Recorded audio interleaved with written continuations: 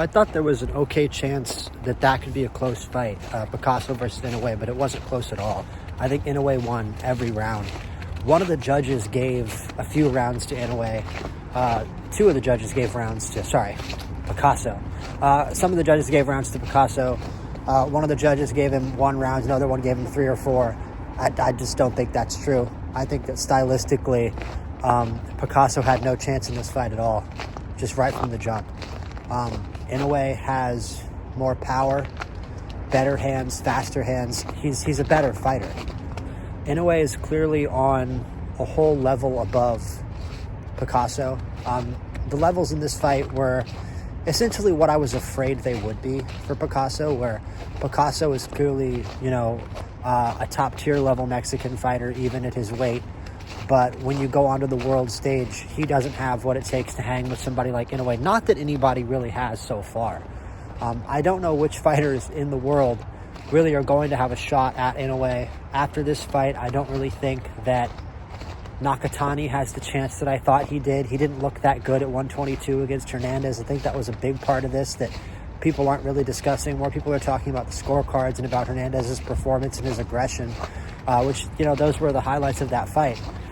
But was able to move forward so effectively on Nakatani because of his superior size. He clearly had a size advantage in there and a size edge. And I think that back at 118, if a similar forward-moving, aggressive, pressure fighter had come at Nakatani at 118 with similar vigor, Nakatani would have just slept him with a counterpunch, or hit him in the body, knocked him down. He's knocked people out with body shots. He's knocked people out at ridiculous angles with ridiculous punches. He's got a ton of power in his hands, at least at 118 he did.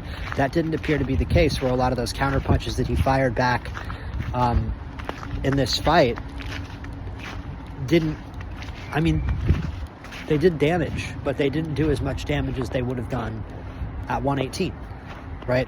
And I think that Nakatani wins this fight much easier at 118 than he did at 122. But at 122, it's a different reality. You're dealing with bigger guys. You're dealing with more aggression. It is a small amount of extra weight, but it clearly made a big, big difference in there when you're facing somebody who isn't going to stop punching. And that's where I sort of come to the scorecards on. We finally come to the scorecards on Nakatani versus Hernandez, especially with that extremely, controversial. It was bullshit. 118 to 110 scorecard. Extremely wide for Nakatani, when many people had Hernandez winning, even by multiple rounds. The fan scorecard that they kept showing on the bottom of the screen, after round 4 or 5, it was just Hernandez racking up every single round. And the reason for that is, it's an extremely fan-friendly approach. He was just stepping right in front of Nakatani, just slid on the ice. He would step right in front of Nakatani and just trade. And sometimes not even trade. I don't know why I said trade. He would just start pumping his fists like Rock'em Sock'em Robots. Just 1, 2, 3, 1, 2, 3, 1, 2, 3 the entire fight, marching him right down. So if you're like somebody who hasn't, spent a lifetime in boxing, and you see something like that, you're obviously going to think that Hernandez is just winning the fight. I'm not trying to defend the judge, because I think the scorecard is bullshit. I think the fight was either a draw or Hernandez won by a round, or even 2 maybe. But the reason why that scorecard exists is because, first off, it's a world championship level fight, and Nakatani is the champion. And unfortunately, consistently through boxing history, up until the modern day, you see people approach fights with that perspective. You see it in the UFC too. Always the champion. You got to beat the champion to be the champion. And the reason why that judge is not seeing Hernandez as beating the champion is because these sequences of punches that Hernandez is throwing are really effectively just for show. And that's true, right? It's the fight of his life. It's his first shot at a world title. So Hernandez's solution is just to throw endless volume punches regardless of the power behind them. And Hernandez is regarded as a power puncher who's able to put power in his punches and knock people out. But he wasn't able to in this fight because he was throwing such a high volume that he was tiring himself out. So when those big punches came around, they didn't have the same weight on them. And you would see Nakatani get hit by these big open punches at the end of these long sequences, and he wouldn't get damaged anywhere near the way you thought he would because the power punch just didn't have the weight on it. So if you're Hernandez, in a way, you're completely compromising your own greatest strength by laying on all this volume in an attempt to win the fight on points.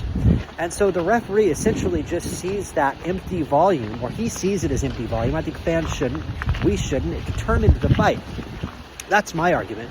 That empty volume determined where the fight was taking place and forced Nakatani back and forced the fight to be fought on Hernandez's terms, aka he won the fight.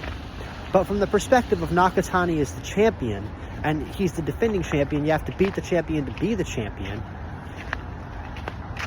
it's easy to see how a judge could think that that's just empty volume. He's compromising his own greatest strength, and it's not really world championship level boxing. Nakatani is the one boxing. Nakatani is boxing in response to this aggression. He's moving out. He did a very impressive job in round 10, not getting knocked down and not getting finished. That was really, I think, the peak of Hernandez's aggression, and I think in the last couple rounds, Nakatani actually managed to figure it out a little bit more.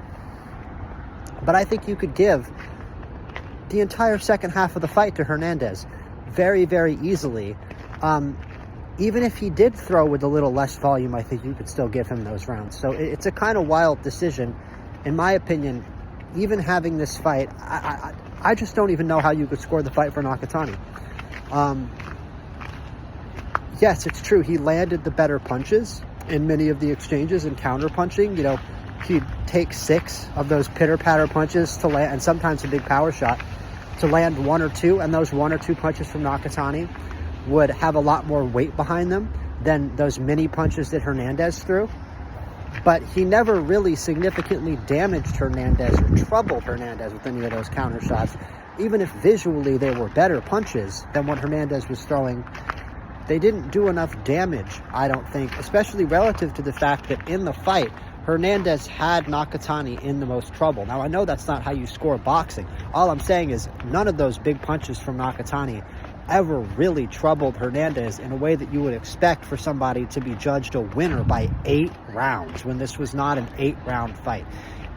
Summary, TLDR, the only way that you can score this an 8-round fight is if you completely remove all of the volume punching from Hernandez. And I think it's similar to how Canelo versus Triple G, the first fight, was judged, that infamous Adelaide Bird scorecard, where my opinion on that scorecard has always been that Adelaide Bird was watching that fight essentially from a Canelo first perspective. All of the thoughts that were going through her head started with Canelo. Well, Canelo's doing this and Canelo's doing that. Canelo this, Canelo that. And that's why she scored the fight that way. And so, like, you're just not counting Triple G's aggression, the fact that he's determining where the fight is going, because while she's watching the fight, she's going, well, Canelo is counterpunching. I slipped again, same place. Canelo is counterpunching. Canelo is working off the back foot. And so she's giving Canelo all the credit for the boxing and the counterpunching and not even noticing the aggression of the other fighter. It's the exact same situation here. I think that judge was saying, well, Nakatani is doing this, Nakatani is doing that. Look at how Nakatani is dealing with the challenge in front of him. And when you look at the fight from that perspective, you're always going to judge a fight for a fighter, even if they're getting, bullied, pressured back into the ropes and forced to, fight against their own terms for the entire 12 rounds. You're going to judge the fight for them for some reason, even by a ridiculous amount of rounds, because there are rounds where you're just watching that person counterpunch and you honestly can't be bothered to care about the volume punching coming back the other way. It's one thing to say, oh, that volume punching, it doesn't really matter as much as the work Nakatani is doing, and then say, okay, Nakatani won by a round. Or if that case, honestly, it would probably still then be a draw. But you have to actually completely remove the scoring value of Hernandez's work to get 118-110, and that's what makes that scorecard ridiculous. Okay, now on to Picasso versus Inoue. I get very passionate about scorecards like that. It's a big part of why I like boxing, because it's really the only sport where, beauty is in the eye of the beholder, as is often said. And that is very true in boxing, where you can just straight up win a fight. You can be sitting back in a locker room knowing you just whooped a guy's ass for 36 minutes and did everything you were supposed to do. And apparently some judge watched the fight and said you lost by 8 rounds. It's a crazy sport. It's like, imagine the Red Sox beat the Yankees 10-0. And at the end of the game, the umpire was like, Yankees won 8-5, dumbass. But Inoue versus Picasso is a much simpler case. As I said before, Inoue is just on a higher level than Picasso. Picasso is an excellent Mexican national level, regional level operator, and a very good defensive fighter in order to not be knocked out by Inoue. I should have said this in my preview video, but the smart money on this fight was absolutely on a decision, just the fight to go to a decision. The odds makers, I believe, had it was a negative 550 for Inoue to get a KO at any point. So that's an extremely wide favorite and not really worth betting on. I think it was a plus 300 or something for the fight to go to decision, or for Inoue to win by decision, which is ultimately what ended up happening. That would have been a very good bet, because not only is Picasso a very good defensive fighter, proven by the fact that he went the distance with Inoue here, despite being dominated, to be honest with you, but he still managed to go the distance, because this guy, Picasso, literally has a neuroscience degree, rather.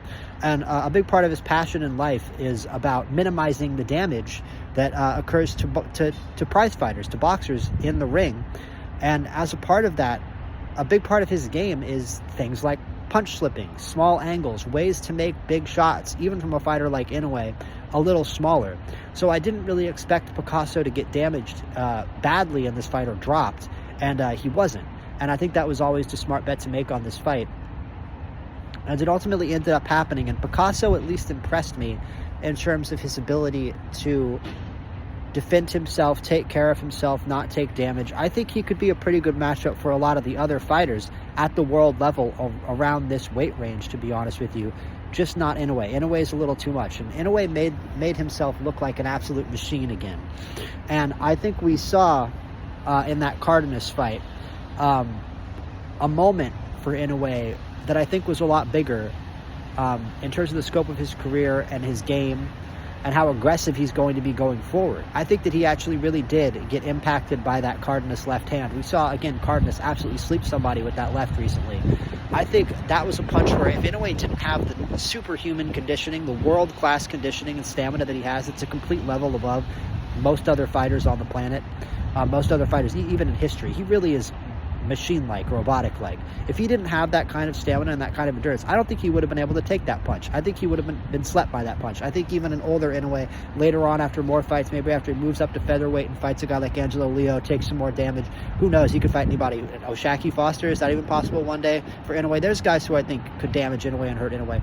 After he takes those fights in the future and he's taken more damage, I think a punch from that like Cardenas might have knocked him cold.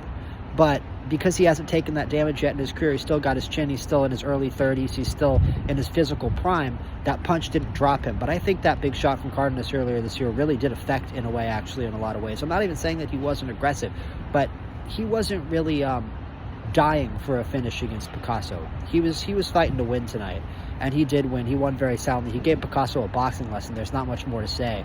And I think the judges were just being kind of generous after a controversial decision before against a Mexican fighter, trying to give Picasso a few rounds in that fight. And ultimately, I thought that this fight was going to show us Picasso's level. I don't necessarily know that it did. This fight just made Inoue seem superhuman. Again, it was kind of like that Shakur Stevenson-Williams Zepeda fight earlier this year, where you're going against somebody with a really good skill set who's knocked a lot of people out, and who, if this were a fight against somebody who isn't Inoue, a pound-for-pound fighter in the world, he would look excellent. But against Inoue, the skills just seem secondary. There are guys that David Allen Picasso could absolutely piece up, very high-level fighters who spent their whole career in the game, that David Allen Picasso could dominate defensively. And he didn't really have shit to say against Inoue. Inoue even looked like a better defensive fighter, because he probably is, because Inoue is, honestly, at this point, I don't know who else. Usyk isn't that active. You have to consider Inoue to be the number one pound-for-pound fighter in the world at this point. It's a very stacked position. But I would definitely consider that to be Inoue. It's another excellent showcase for Inoue. The last two fights have proven that this guy is in his absolute peak. I think both Akhmadaliev and Picasso are a little bit of better fighters than we think they are. And they're going to do good things going forward and even be championship level fighters. I'm more sure about Akhmadaliev than Picasso, but both of them have the potential. And both of them are extremely good and have a unique place in this division.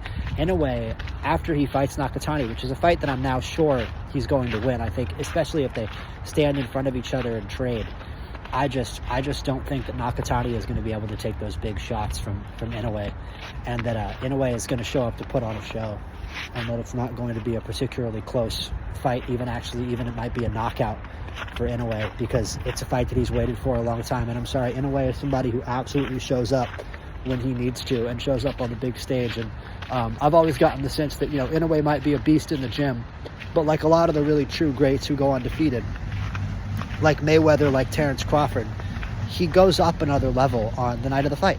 He's just better on the night of the fight than he is in any other circumstance. And that's a big part of what makes him great.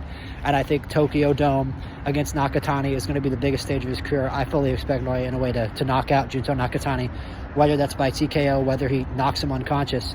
I don't even think it's going to be one of the fights of the year for 2026, because I think a lot of people are going to hype it up as being a lot closer than it is, and you're just going to see Inoue blow him away. I don't really even necessarily know if Inoue stays in this form, which I think he will. If there are good fights for him at 128, it's a really big weight leap. I think it would have to be, a big bully. Angelo Leo is a great matchup because Angelo Leo does have that size. He's a great counterpuncher who can sleep you. I think he may even have more power in his hands than Cardenas did, and he's a much more natural counterpuncher. So I think that could be a really fantastic matchup in the future. Leo versus Inoue, potential future fight of the year. But I mean, Inoue fought 4 times this year, so who knows how many times he's going to fight next year. Who knows how many more chapters there are to write in this guy's story. But Nakatani just proved that you should be careful with weight classes, and Inoue has been, very smart in his career so far, being very careful with weight classes, with not moving up, with staying at 122 where he's the best in the world. And ultimately he's going to have to challenge himself up at higher weights, or he might not, but how much more can he clear out this division? And the matchups up there are getting more obvious and more obvious, and I honestly think a lot of them are winnable.